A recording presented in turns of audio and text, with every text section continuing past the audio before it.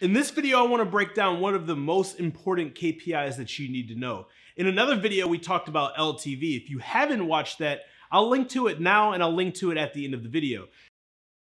Now, one of the other most important KPIs is going to be CPA, or cost per acquisition. It does not matter what business you're in, if you're in e-commerce, if you're in business to business, if you're in sales, if you're in solar, it does not matter what your business is. Knowing this metric and how to identify it is very important. One of the biggest mistakes that I made is focusing on different KPIs like CPL, which is a cost per lead. And in a minute, I'll break down why that's not the smartest thing and how this is the long-term game. But before we dive into these numbers, if you're not subscribed, if that red button says subscribe, that means you're not subscribed. Click that red button right now. Make sure it says subscribed, and next to it, click the notification bell. That way you're notified every single week when we drop a brand new video. And if you learn something new, or if you have an aha moment, if you like money, hit that like button. It lets YouTube know that we don't suck at life. Cost per acquisition. For years, I focused on many KPIs except CPA. Why? Because CPA is always going to be the largest KPI. So let me give you a perfect example. If in our business, we are acquiring customers, first you have to start through a nurture or a lead acquisition phase where we're attracting these customers. So oftentimes, this is a magnet, oftentimes companies have lead magnets that acquire a customer. This can be a lead magnet, this can be a free PDF, this can be a free consultation, this could be a webinar, this could be a VSL, this could be a cheat sheet. There's tons of different lead magnets you can use. Essentially, all this is you're getting clients' information in exchange for something of value. So whatever you are using to attract new customers, this is the first phase of acquisition, which is called a lead. So you have your CPL, which stands for cost per lead. This is the lead. The mistake I made in my business is I was focusing on how much did the lead cost. When the lead cost does not matter, it's the acquisition cost or the customer cost. So once you attract the lead and you get the lead, they then go on in your sales cycle to become customers. This is your CPA. The most important metric in your business is the cost per acquisition, or how much does it cost to acquire a customer. This is now the only thing that I focus on. In our previous video, LTV, we talk about the company or the business that can spend the most to acquire a customer will win. By the way, if you haven't watched that video after this, go watch that video right now. It'll be at the end of this video. However, you need to know your cost per acquisition. So I'm going to break down how can you identify what your cost per acquisition is and why it's so important. Let's say over here, this is our funnel, right? This is our funnel. This is our sales process. Let's say that we are spending $1,000. If we are spending $1,000, this can be per day, this can be per week, this can be per month. I'm just using simple numbers so you can understand this math. If we're spending $1,000 to acquire 200 customers, okay, our cost per lead is what? Well, if you divide this, it's 5, right? $5. So if we go and we put the numbers into our funnel, our cost per lead in this example is $5, okay? $5 is our cost per lead, which means if we spend $1,000, we can acquire 200 customers at $5 each. However, let's say out of these 200 people that we acquire, only 2 purchase. Now, if only 2 purchase, let's do the math. If we have 200 clients and 10% is 20, 1% would be 2, right?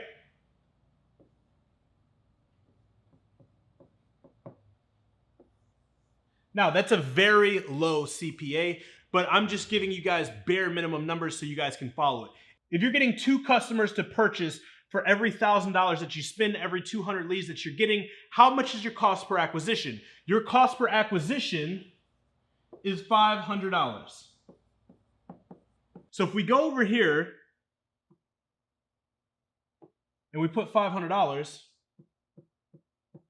now you can see there is a big difference between your cost per lead and your cost per acquisition. Leads are not guaranteed to buy.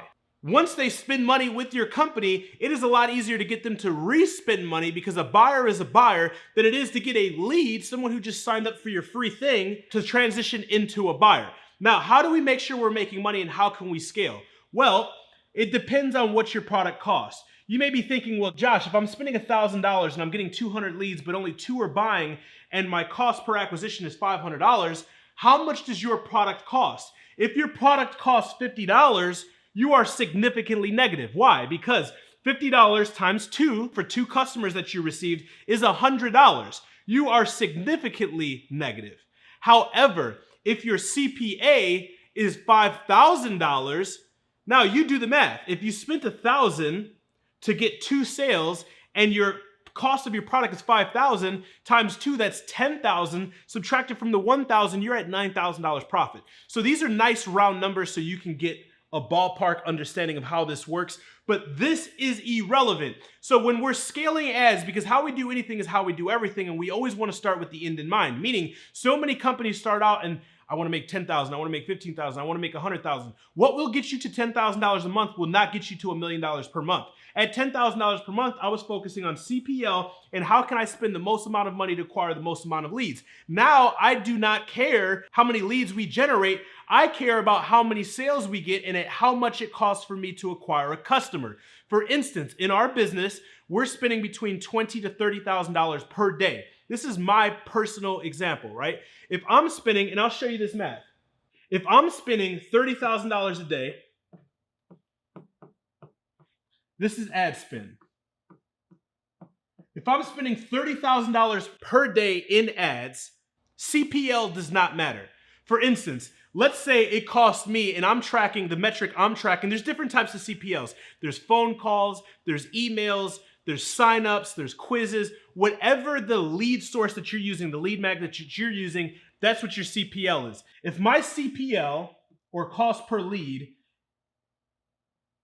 if what I'm tracking is phone calls, let's say that I get 100 phone calls per day. If I get 100 phone calls per day at 30,000, how much am I spending per phone call? I'm spending approximately $300 per phone call. And I'm generating 100 leads or 100 phone calls. So that doesn't matter to me. The number of phone calls that I book does not matter to me. What matters to me is, can I acquire these customers profitably? I know in my company, my CPA, which is cost per acquisition, my CPA is around $3,000. Meaning it costs me around $3,000 to acquire a customer. Now, my ACV, which you guys should know all of these terms, my ACV, which stands for average cart value, is $5,000. Which means for every $3,000 that I spend to acquire a customer and my average cart value is $5,000, I profit $2,000. That is my profit. So if I'm spending $30,000 a day and I'm spending $300 per phone call and I'm getting 100 phone calls per day, and I know that out of this 100 phone calls, I'm getting 5 people to buy and my average cart value is $5,000, well, what does that mean? I'm negative $5,000. That's why if you are only focusing on the cost per lead right here, you will lose at scale, because the less that you spend, the easier it is to be profitable. But when you start rolling with the big dogs and you start spending a lot of money, if you don't know how to identify what's your CPA, which is cost per acquisition, and your ACV, which is your average cart value, and your LTV, which is your lifetime customer value, if you don't understand these metrics, you will not be able to scale, because you're looking at every single day I'm spending this amount of money and every single day I'm negative. Why? Once you understand these metrics, then you can start to dive deep into your business and you can start playing with the different levels of your business and your business funnel so that you can lower these numbers.